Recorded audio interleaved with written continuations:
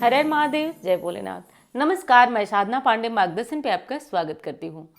तो दोस्तों, अपने घर में, हम सभी के घर में छोटा बड़ा मंदिर होता ही होता है। और सबसे पहले तो ये जानिए कि घर में कौन सी आरती करना चाहिए जिससे घर में सुख शांति निरोगता रहे, हर प्रकार की खुशियाँ रहे।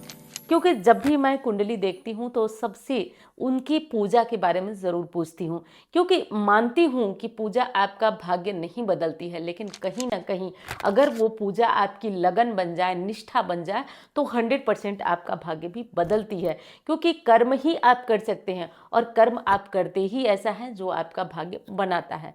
तो इस विशेष बात को ध्यान रखिए। और आज मैं जब बात करूंगी आज की, तो घर में कौन सा आरती करना चाहिए जिससे पूजा पूर्ण हो जाए। एक बात तो आप लोग भी सुने होंगे कि जब भी हम कोई पूजा करते हैं, कोई पाठ करते हैं, उसकी पूर्णता जो है वो आरती से होती है। तो कौन सी आरती हम करें जिससे हमारे घर में सुख समृद्धि आए। और मैं बताती हूँ कि अगर कोई परेशानी है तो परेशानी से निपटने के लिए आप कैसी आरती करें। तो मैं अपनी बात आपसे कह रही थी कि कितना इम्पोर्टेंट है पूजा में आरती करना और पूजा करना।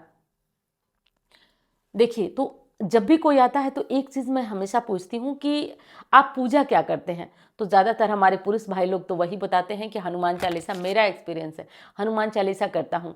लेकिन हमारी जो बहनें हैं वो बहुत मेहनत करती हैं, और उन्हीं की कृपा से, उन्हीं की मेहनत से ये परिवार जो है अपना बहुत खुशहाल और सुखी निरोग रखती हैं।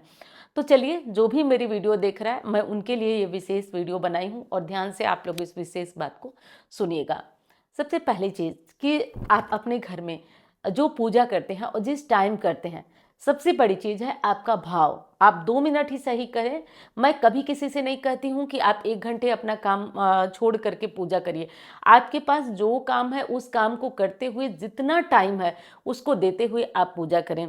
तो जो भी पाठ पढ़ते हैं, मंत्र पढ़ते हैं, स्तोत्र पढ़ते हैं, आप बेशक उसे पढ़िए और करिए।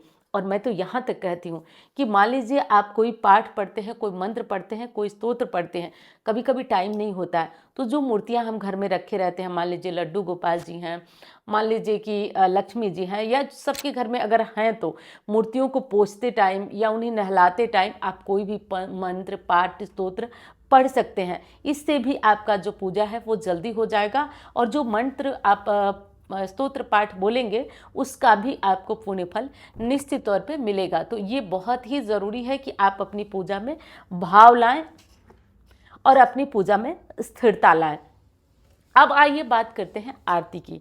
तो पहली चीज़ जो है वो बहुत ज़्यादा, ये कमेंट में भी या इस तरह पूछा जाता है कि दीदी, कपूर से हम उतनी देर आरती नहीं कर सकते जितनी देर हमारी आरती चलती है, तो क्या करें।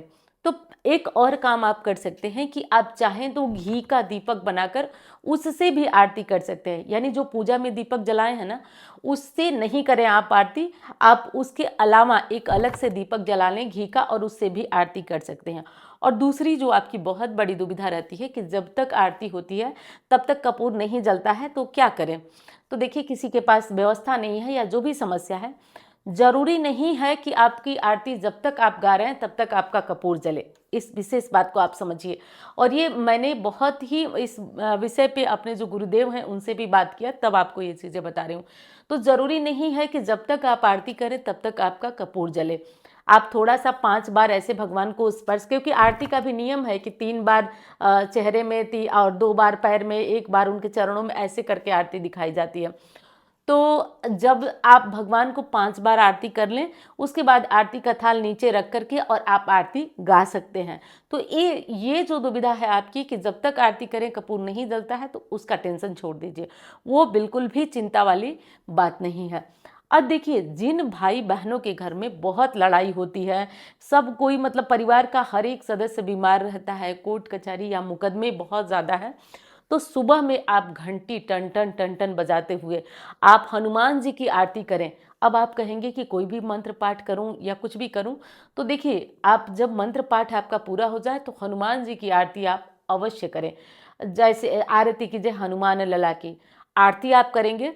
आरती के बाद अब आपको करना है कर्पूर गौरम करुणावतारम। ये वाली छोटी सी स्तुति है जो हम हर आरती के बाद करते हैं, तो इसे करेंगे। इससे क्या होता है कि जो जिस देवी देवता की आरती हम नहीं गा पाते हैं, पूजा हम नहीं कर पाते हैं, वो भी पूर्ण हो जाती है। तो आपको जब भी घर में बहुत कलह हो, कलेश हो, तो आप ऐसे हनुमान जी की आरती करें। और हो सके तो आप दिए से आरती करें, थोड़ा सा दिए में कपूर डाल दें और उससे कर लें, और उसको घंटी को बजाते हुए पूरे घर में आप ये आरती घुमाएं। ये चीज़ें इतनी पॉजिटिव होती हैं कि धीरे धीरे चेंज करती हैं, परिवर्तन करती हैं आपके जीवन में। अब बताती हूँ कि यदि आपके घर में सारी व्यवस्थाएं अच्छी हैं, आपने अपने बच्चे को ज़रूरत से ज़्यादा लैपटॉप, कंप्यूटर, जो जो उसने मांगा, सारी सुख सुविधा दी है, और फिर भी बच्चा आपका नहीं पढ़ता है, तब तो आपको और आपके बच्चे को गणेश जी की आरती करना चाहिए। जय गणेश, जय गणेश, जय गणेश देवा, इस आरती को करें। और जैसे मैंने बताया ना, पूरे घर में इस आरती को आप घुमाते हुए और अपनी आरती को पूर्ण करें। इस विशेष बात का आप ध्यान रखिए। अब एक चीज़ बताती हूँ कि आपके पति बहुत मेहनत करते हैं, आप बहुत मेहनत करती हैं, लेकिन सफल नहीं हो पा रही हैं, आगे नहीं बढ़ पा रही हैं, तो आपको सुबह के टाइम सारी पूजा पाठ खत्म करने के बाद माँ लक्ष्मी की आरती ज़रूर करना चाहिए। माँ लक्ष्मी की आरती करने वाला गरीब नहीं होता है। तो सुबह भी और आपको दिया जलाने के बाद भी आरती करना है, लेकिन ध्यान रहे शाम को घंटी न बजाएं। अब आप अपने मतानुसार चाहें तो बजा सकते हैं, लेकिन हमारे यहाँ ये नियम है कि शाम के टाइम सूर्यास्त होने के बाद घंटी इत्यादि नहीं बजाते हैं।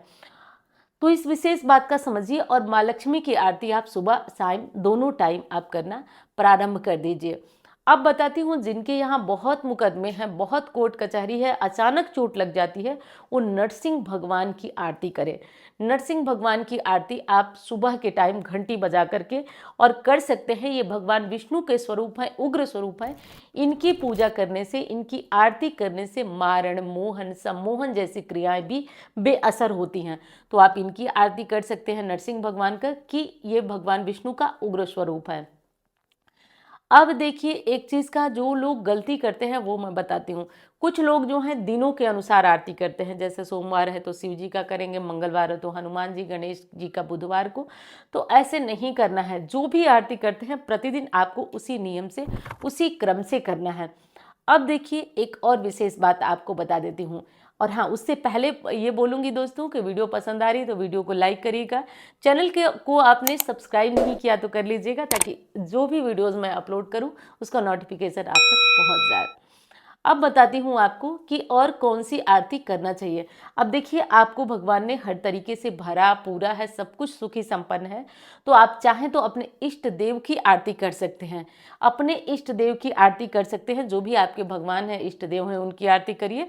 और अंत में कर्पूर गौरम करुणावतारम बोल देंगे, या त्वमेव माता च पिता त्वमेव, ये बोल देंगे, तो आपकी आरती सभी देवी देवताओं की पूर्ण हो जाती है।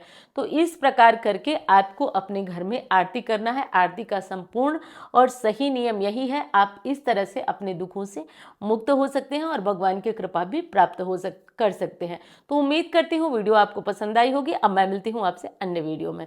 धन्यवाद। हर हर महादेव।